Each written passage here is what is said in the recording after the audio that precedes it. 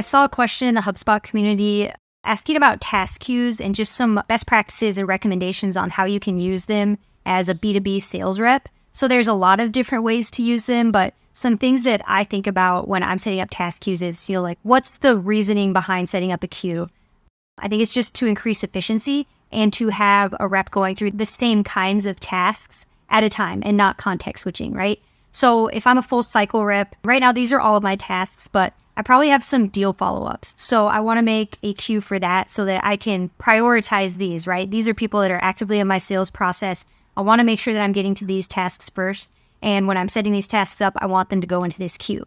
Additionally, I've got a cold outreach bucket. Most reps will block off certain times of their day to do cold calls. Again, I don't want to be doing proposal follow-ups and then come across a task that's like, hey, cold call this person. That's just a completely different thought process, mindset that you have to be in as a rep. So having your queue set up where you can just, boom, start 11 tasks is going to make it easier to run through those and be in the right mindset. Now, another bucket that I think is kind of important to set up is a re-engage bucket. Anyone who's done prospecting has come across folks that you have a decent conversation with them, but maybe the timing isn't right. Maybe they say like, hey, can you reach out to me in the summer?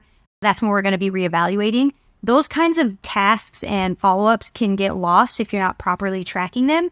So I highly recommend making a re-engage bucket. And, when you're making these tasks to follow up, put a lot of their time on their calendar, 7-8. I want to send an email to confirm. I've got this as a really high priority task, and it's in that re-engage bucket. So I know exactly what I'm trying to do as I run through this task. So these are just a few ideas that I've come up with on how to use these task queues. There are tons of other ones. I'd love to hear some ideas, but hopefully this is helpful.